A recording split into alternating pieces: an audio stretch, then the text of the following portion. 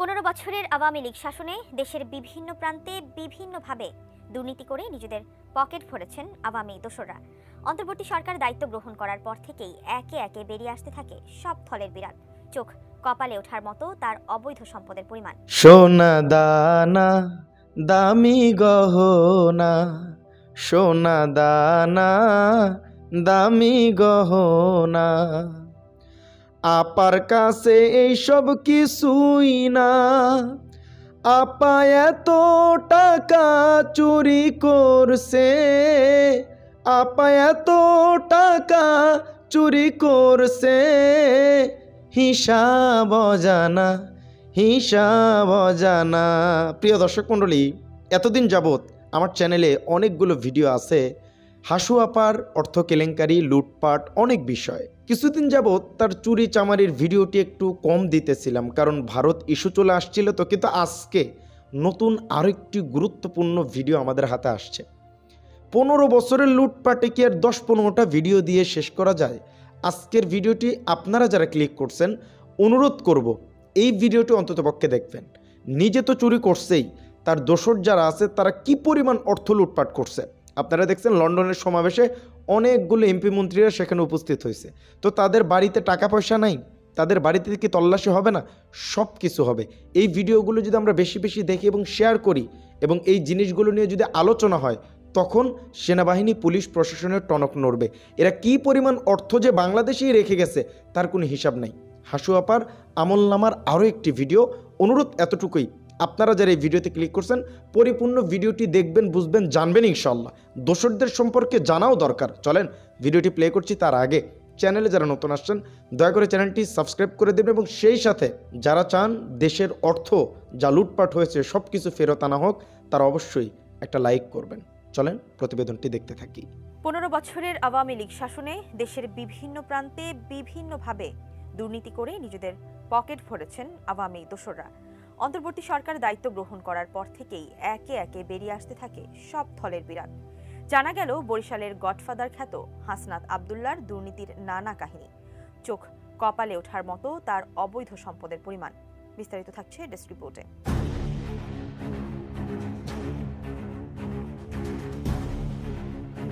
খাল, বিল, জলাভূমি ও প্রাকৃতিক সম্পদে ভরা বরিশাল জেলা। আওয়ামী লীগ সরকারের আমলে বৃহত্তর বরিশালের পুরোটাই ছিল একটি পরিবারের নিয়ন্ত্রণে। সংসদীয় ক্ষমতার অপব্যবহার, অনিয়ম, দুর্নীতি ও নির্যাতন কোনো কিছুই কম করেননি সেরনিয়াবাদ পরিবার। আর এই পরিবার ও বরিশাল মাফিয়ার মূল হোতা ছিলেন সেরনিয়াবাদ আবুল হাসনাত আব্দুল্লাহ।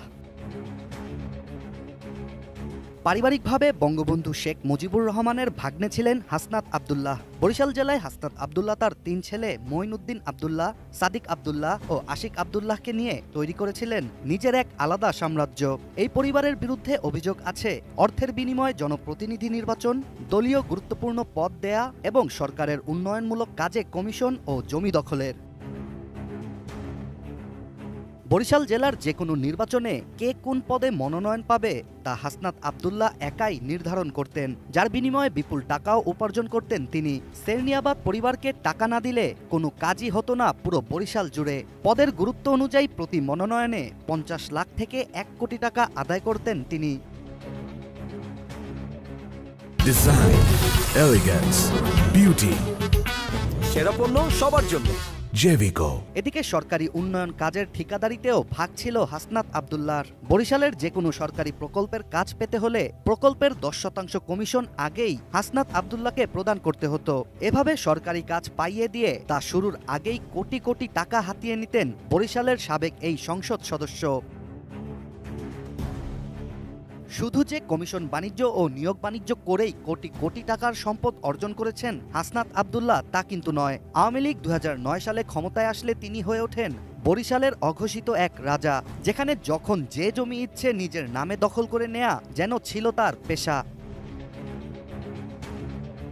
নির্বাচন কমিশনে উল্লেখিত তার সম্পদের বিবরণীতে তার সম্পত্তির পরিমাণ আকাশ ছোঁয়া, যেখানে উল্লেখ করা আছে 10 বছরে হাসনাত আব্দুল্লাহর ব্যক্তিগত আয় বেড়েছিল 4 গুণ ও সম্পত্তি বেড়েছিল প্রায় 13 গুণ। তবে এসব ছাড়াও বরিশাল জুড়ে বিভিন্ন শ্রেণী পেশা ও নিরীহ মানুষের জমি দখল করে আনুমানিক 1000 কোটি টাকার সম্পদের পাহাড় গড়েছেন তিনি।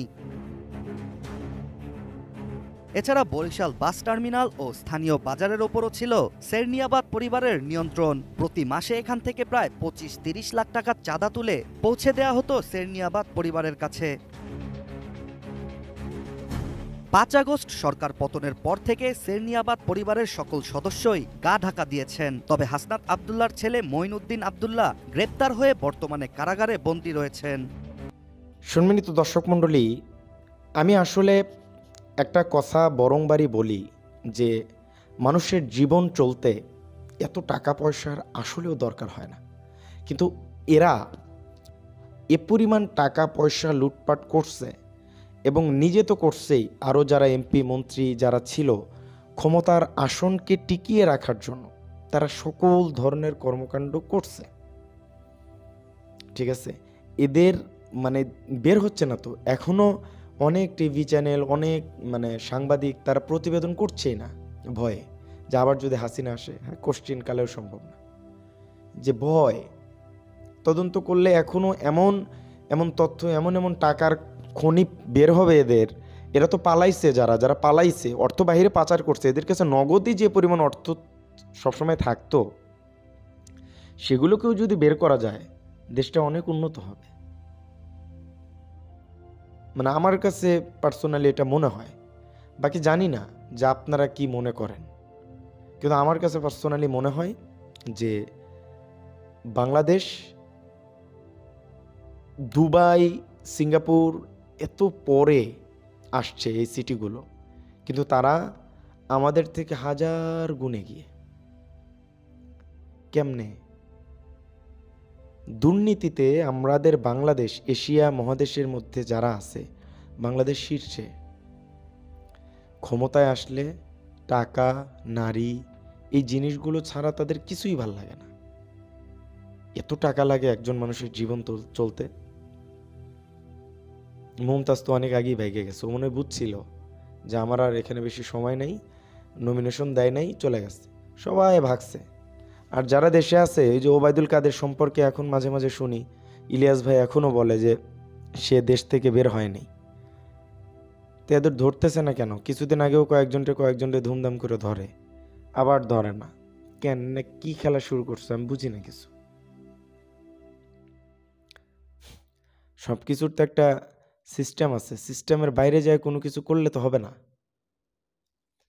আর এই যে আমাদের দাদা বাবুরা যা কিছু করতেছে বাংলাদেশকে অস্থিতিকর করার জন্য, কিন্তু বিপদে কিন্তু তারাই পড়ছে দিন শেষে।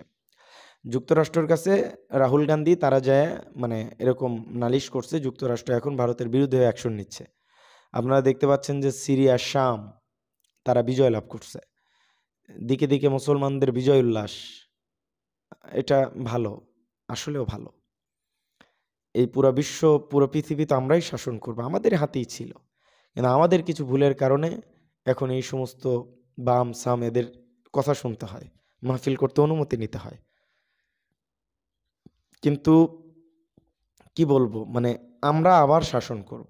আমরা যদি আমাদের অস্তিত্বকে ফিরিয়ে আনতে পারি, আমাদের যে গঠনতন্ত্র সেটাতে যদি আমরা অটুট থাকতে পারি, নামাজ আল্লাহর হুকুম অনুযায়ী যদি আমরা চলতে পারি, এ বাংলাদেশে পুরো বিশ্বে ইসলাম কায়েম হবে ইনশাআল্লাহ। আজকের ভিডিও পর্যন্তই। ভালো থাকবেন, সুস্থ থাকবেন। আসসালামু আলাইকুম ওয়া রাহমাতুল্লাহি ওয়া বারাকাতুহু।